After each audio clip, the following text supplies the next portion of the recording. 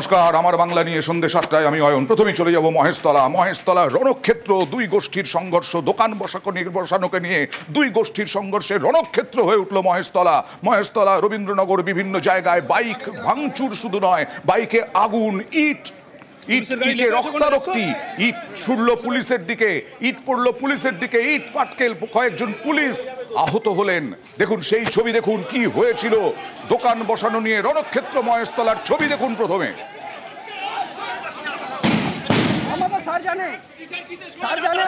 পরিস্থিতি নিয়ন্ত্রণে পুলিশ, লাঠি নিয়ে তারা, লাঠি বেটা, তার সঙ্গে কাঁদানে গ্যাসের শেল, আর পুলিশকে লক্ষ্য করে ইট ছুটছে। দেখুন দোকান বসানো নিয়ে এই মুহূর্তে রণক্ষেত্র হয়ে উঠেছিল মহেশতলা। এখন পরিস্থিতি একবারে নিয়ন্ত্রণে, দুই গোষ্ঠীর সংঘর্ষে তুলকালাম মহেশতলা। দেখুন সেই সময়ের ছবি। এবার দেখুন পুলিশের গাড়ি ভাঙচুর, ভেঙে চুরে চুরমার পুলিশের গাড়ি। এক এক রকমের ছবি দেখছেন। পরিস্থিতি নিয়ন্ত্রণে দেখুন পুলিশের কাঁদানে গ্যাস, পুলিশের গাড়ি ভাঙচুর, পুলিশকে লক্ষ্য করে ইট পাথর, কয়েকজন পুলিশ কর্মী আহত, তারপরে কাঁদানে গ্যাসের শেল ছুড়ে পরিস্থিতি নিয়ন্ত্রণে আনার চেষ্টা, ছত্রভঙ্গ করার চেষ্টা পুলিশের। আহত পুলিশ কর্মী, রক্ত ঝরছে, রক্তাক্ত পুলিশ কর্মী, বেশ কয়েকজন পুলিশ কর্মী রক্তাক্ত।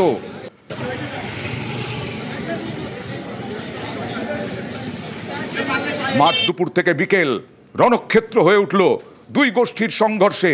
দোকান বসানোকে কেন্দ্র করে রবীন্দ্রনগর থানার সামনে বাইকে আগুন দিয়ে দেওয়া হলো, বাইক পুড়ে ছাই। তারপরে পুলিশ লাঠি চালাতে গেল, পুলিশ যখন আক্রমণ করতে গেল, হামলা থামাতে গেল, তখন পুলিশের ওপরে আক্রমণ। প্রচুর দোকানপাট ভাঙচুর করা হলো, পুলিশের ওপর আক্রমণ হলো, ইটপাটকেল ছোড়া হলো, আর বিশাল পুলিশ বাহিনী মোতায়েন হলো। কলকাতা থেকেও পুলিশ বাহিনী গেল, বিভিন্ন থানা থেকে পুলিশ বাহিনী গেল পরিস্থিতি নিয়ন্ত্রণে। এই মুহূর্তের পরিস্থিতি জানবো প্রতিনিধি সান্নিকের সঙ্গে কথা বলবো। সান্নিক, এই মুহূর্তের পরিস্থিতি কি? পুলিশে ছয় লাভ বোঝানো গেছে?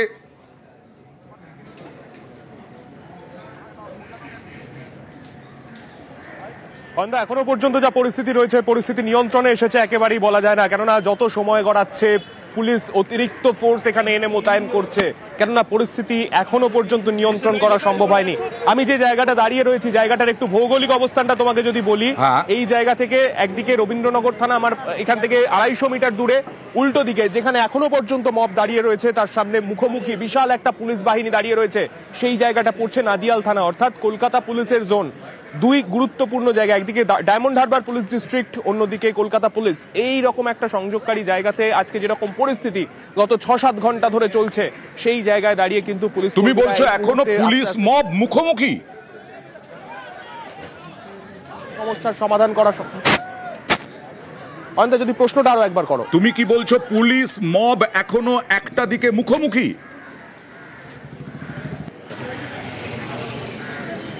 একেবারেই তাই, এবং গত ঘন্টাখানেক ধরে তারা চেষ্টা করছেন আলোচনার মাধ্যমে এই গোটা সমস্যার সমাধান করতে। কেননা ঘন্টা দুয়েক আগের ছবিটা, যেটা এখনো পর্যন্ত স্ক্রিনে হয়তো দেখতে পাচ্ছেন আমাদের দর্শকরা, যেখানে একদিক থেকে কাঁদানে গ্যাস ছুটতে হচ্ছে পুলিশকে, ইট পাল্টা ইট, এরকম ছবিটা যেখানে দেখা গেছিল, সেই জায়গায় দাঁড়িয়ে এখন কিন্তু আলোচনার মাধ্যমে গোটা সমস্যাটার সমাধান করতে চাইছেন পুলিশের উচ্চপদস্থ আধিকারিকরা। তারা সামনে গিয়ে কথা বলার চেষ্টা করছেন বিক্ষোভকারীদের সঙ্গে, কিন্তু এখনো পর্যন্ত সেই মবকে সরানো সম্ভব হয়নি। কিন্তু পাশাপাশি যে জায়গাতে এখনো আমি দাঁড়িয়ে রয়েছি, তোমাকে একটু দেখাই জায়গাটা, এখনো পর্যন্ত থমথম করছে এলাকা। একটু পেছন দিকে রয়েছে, অর্থাৎ যেখানে এই মব মুখোমুখি দাঁড়িয়ে রয়েছে তার থেকে কিছুটা পেছনে গলির মোড়ে মোড়ে এরকম র্যাফ মোতায়েন রাখা হয়েছে। গলির মোড়ের কোনো জায়গায় কোনো জমায়েত করতে দেওয়া হচ্ছে না, এবং এই জায়গাগুলোতেও যে কিছুক্ষণ আগেই যে একটা তাণ্ডব হয়েছে, এখানে দাঁড়ালেই কিন্তু স্পষ্ট, কেননা টিয়ার সেল ছোড়া হয়েছে, সেই টিয়ার সেলের ঝাঁজ এখনো পর্যন্ত এখানে রয়েছে, এখানকার হাওয়ায় রয়েছে, এবং পাশাপাশি গোটা রাস্তাতে ইট ছড়িয়ে রয়েছে। সেই জায়গায় দাঁড়িয়ে এখনো পর্যন্ত পুলিশ কর্মীরা তারা চেষ্টা করছেন কোনো রকম ভাবে কোনো জমায়েত না করতে দেওয়ার। যারা এখানে আসছেন তাদেরকে তৎক্ষণাৎ ছড়িয়ে দেওয়া হচ্ছে, কোনো রকম কেউ যাতে জমায়েত করে নতুন করে না অশান্তি তৈরি করে। কেননা একটা দিকে পুলিশ আলোচনার মাধ্যমে সমাধান করার চেষ্টা করছে, অন্যদিকে যাতে নতুন করে সমস্যার সমাধান করতে গিয়ে যাতে অন্যদিকে কোনো অশান্তি না বাঁধে, সেই চেষ্টাও কিন্তু পাশাপাশি পুলিশকে চালিয়ে যেতে হচ্ছে। আপনারা দুটো ছবি দেখছেন এই মুহূর্তে দেখাবো। একদিকে যখন রণক্ষেত্র সেই সময়, আর এখন পরিস্থিতি অনেকটা নিয়ন্ত্রণে, কিন্তু সবটা নয়। আমাদের প্রতিনিধি যেটা বলছিলেন, আলোচনার মাধ্যমে সমস্যা মানে এই পরিস্থিতি নিয়ন্ত্রণে আনার চেষ্টা করছে পুলিশ।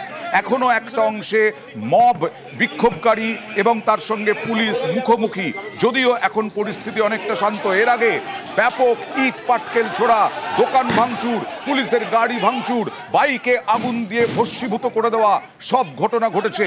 এখন প্রচুর পুলিশ মোতায়েন করা হয়েছে এবং পুলিশ প্যাট্রোলিং চলছে। এই মুহূর্তে আপনারা দেখছেন, এই মুহূর্তে দেখাবো পুলিশ প্যাট্রোলিং চলছে, যাতে কোনো জায়গায় কোনো ভিড় না হয়, সেই ভিড় সরিয়ে দেওয়ার তৎক্ষণাৎ সরিয়ে দিচ্ছে পুলিশ এবং বিক্ষোভকারীদের সঙ্গে আলোচনার মাধ্যমে পরিস্থিতি নিয়ন্ত্রণে আনার চেষ্টা করা হচ্ছে।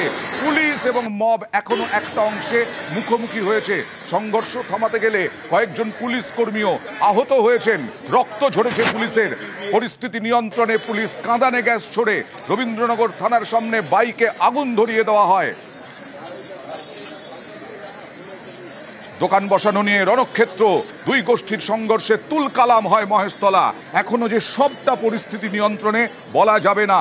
ভাঙচুর, আগুন, পুলিশকে লক্ষ্য করে বৃষ্টি। আমাদের অপর প্রতিনিধি অমিতের সঙ্গে কথা বলবো। অমিত, এই পুলিশ প্যাট্রোলিং কোন কোন এলাকায় কি দেখা হচ্ছে? একদিকে বেঙ্গল পুলিশ এলাকা, সেখানে রবীন্দ্রনগর থানা এলাকা, সেখানে বিশাল পুলিশ বাহিনী মোতায়েন করা হয়েছে। অন্যদিকে কলকাতা পুলিশের থানা এলাকাগুলো রয়েছে, অর্থাৎ নাদিয়াল বা আখড়া রোড, সেখানেও কিন্তু এই মুহূর্তে কলকাতা পুলিশের উচ্চ পদস্থ আধিকারিক বলতে লালবাজার যারা শীর্ষ কর্তা রয়েছেন, অ্যাডিশনাল সিপি র্যাঙ্কের যারা অফিসার, তাদের সাথে পাশাপাশি সমস্ত ডিসি এবং প্রচুর বিশাল পুলিশ বাহিনী এই মুহূর্তে মোতায়েন করা হয়েছে বা ফোর্স মোতায়েন করা হয়েছে আখড়া রোডের উপর। কারণ এটা কলকাতা পুলিশ এলাকা এবং এখান থেকে কলকাতা পুলিশ বিষয় শুরু হচ্ছে। সেখানে এই মুহূর্তে কলকাতা পুলিশের বিশাল বাহিনী এবং এই নাদিয়াল মূর্তি ক্রস করলে পরে রবীন্দ্রনগর থানা এলাকায় এবং সেখানেও যে বর্ডার জোন, সেখানেও কিন্তু রাজ্য পুলিশের তরফে বিশাল ফোর্স কিন্তু মোতায়েন রয়েছে।